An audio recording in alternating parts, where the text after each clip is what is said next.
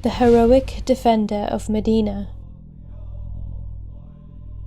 This was the title given to Fahreddin Pasha. But who was he, and why was it given to him?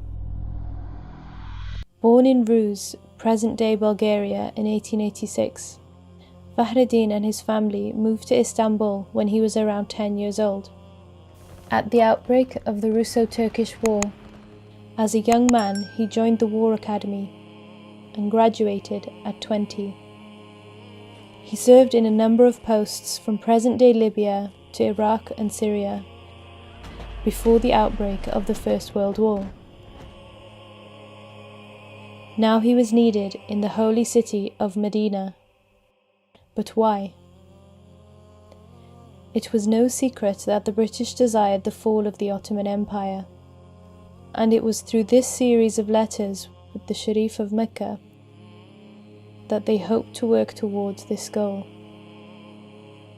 The British had promised the Sharif an Arab state independent from Turkish rule if he would launch a revolt against the Ottomans in the region.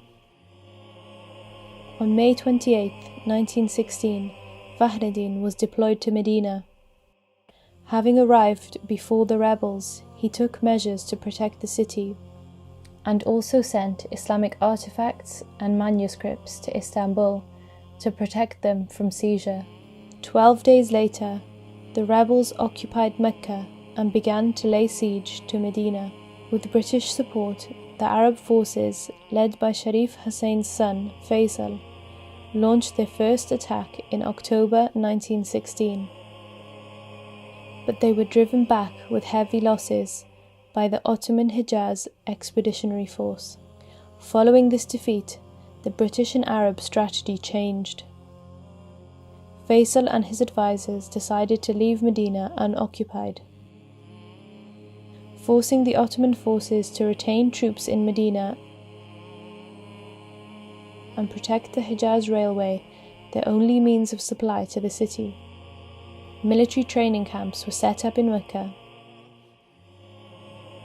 Arab Bedouins, officers, and Ottoman deserters volunteered, numbering 30,000.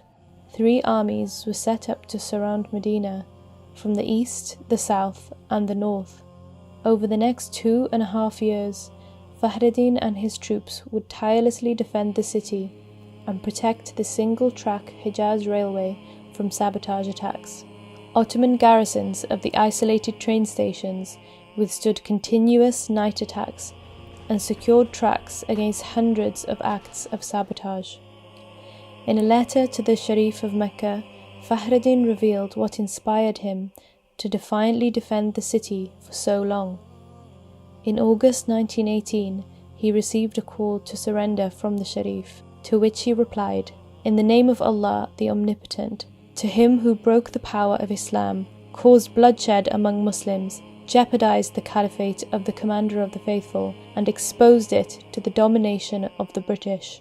On Thursday night, the 14th of Dhul Hijjah, I was walking, tired and worn out, thinking of the protection and defense of Medina, when I found myself among unknown men working in a small square. Then I saw standing before me a man with sublime countenance. He was the Prophet, may Allah's blessing be upon him. His left arm rested on his hip under his robe, and he said to me in a protective manner, 'Follow me.' I followed him 2 or 3 paces and woke up. I immediately proceeded to his sacred mosque and prostrated myself in prayer and thanks near his tomb. I am now under the protection of the Prophet, my supreme commander. I am busying myself with strengthening the defences, building roads and squares in Medina. Trouble me not with useless offers."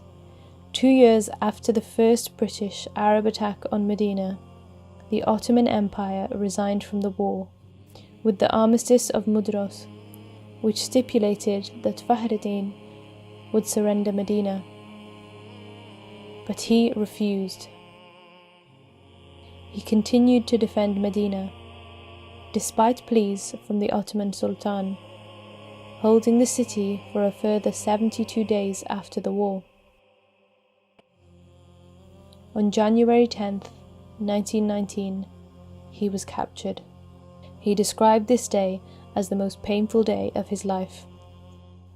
The British imprisoned Fahreddin in Egypt and later exiled him to Malta for 2 years, where he refused to remove his Ottoman military uniform. Following the efforts of the Ankara government, Fahreddin, now regarded as a hero in Turkey, was allowed to return home. Today his grave can be found in the Ashian graveyard. On his tombstone is written, Medine'nin kahraman müdafi, the heroic defender of Medina.